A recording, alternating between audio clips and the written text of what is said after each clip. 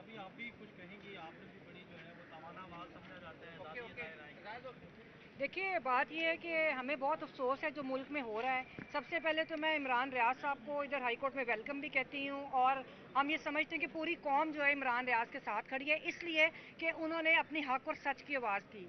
और दूसरी बात यह कि देखिए, रियासतें ऐसी तो नहीं होती कि जो बंदा यहाँ पे सच बोलता है, जो हक की बात करता है, वो गैर महफूज हो जाता है। इसी तरह अगर आप जुडिशरी में देखें, जो जज इंसाफ करता है वो गैर महफूज हो जाता है। क्या पाकिस्तान का कॉन्स्टिट्यूशन ये चाहता है? तो इस जबर को, हम इस जबर और इस जो गुलामी की रियासत का जो एक रवैया है, हम उसको इनकार करते हैं।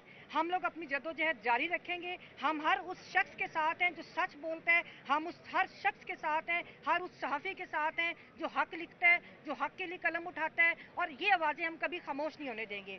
दूसरी बात ये है कि ये जो रियासती जबर है, जो इस्टेब्लिशमेंट है, जिस तरह वो मुल्क को चलाना चाहती है, अब वो निकल के देख लें कि पाकिस्तान की पूरी कौम मुत्तहिद है, और पूरी कौम ने इनको इनकार किया है, इनके जबर के आगे इनकार किया है। मैं आखिर में पूरी कौम को ये कहना भी चाहूँगी कि देखें, इस वक्त पाकिस्तान में डिफाइनिंग मूवमेंट है। या तो इस्टेब्लिशमेंट यहाँ पर अपने जबर के साथ रहेगी, या कॉन्स्टिट्यूशन के साथ पाकिस्तान के अवाम रहेंगे, या यहाँ पर जमहूरियत होगी, या यहाँ पर खुफिया मार्शल लॉ होगा। तो इसलिए अब ये आखिरी डिफाइनिंग मूवमेंट है।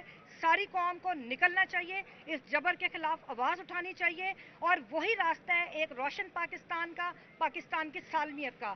जो लोग पाकिस्तान को कमज़ोर करने पर तुले बैठे हैं, जो इस रियासत के साथ खिलवाड़ कर रहे हैं, उनको अब ये देख लेना चाहिए कि जो कौम है उनसे कितनी नफरत करते हैं लोग, उन रवैयों के साथ कितनी नफरत करते हैं। और अब ये एक्सेप्टेबल नहीं है पाकिस्तान की कौम के लिए कि कोई ऐसा तबका उनके ऊपर हुक्मरानी करे जिसके पास कोई इख्तियार नहीं है कि वो पाकिस्तान के लोगों पर हुक्मरानी करे।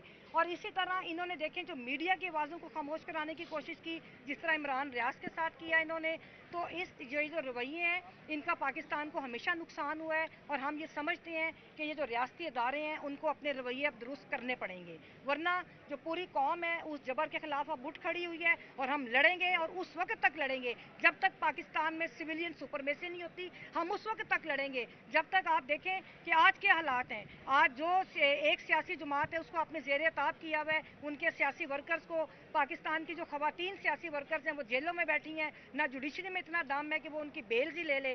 तो ये जो इस वक्त हालात बने हुए हैं, ये जानबूझ कर चाह रहे हैं कि पाकिस्तान के अंदर, पाकिस्तान के जो रोशन ख्याल तबकात हैं, पाकिस्तान की जमहूरी सोच है, उसको ये दबाएं और उनको मायूस करें। लेकिन मैं ये पैगाम देना चाहती हूँ कि हरगिज़ मायूसी की ज़रूरत नहीं है। हम सब इधर हैं, हम मुज़ामत के लिए तैयार हैं, और हम अपनी जद्दोजहद को जारी रखेंगे।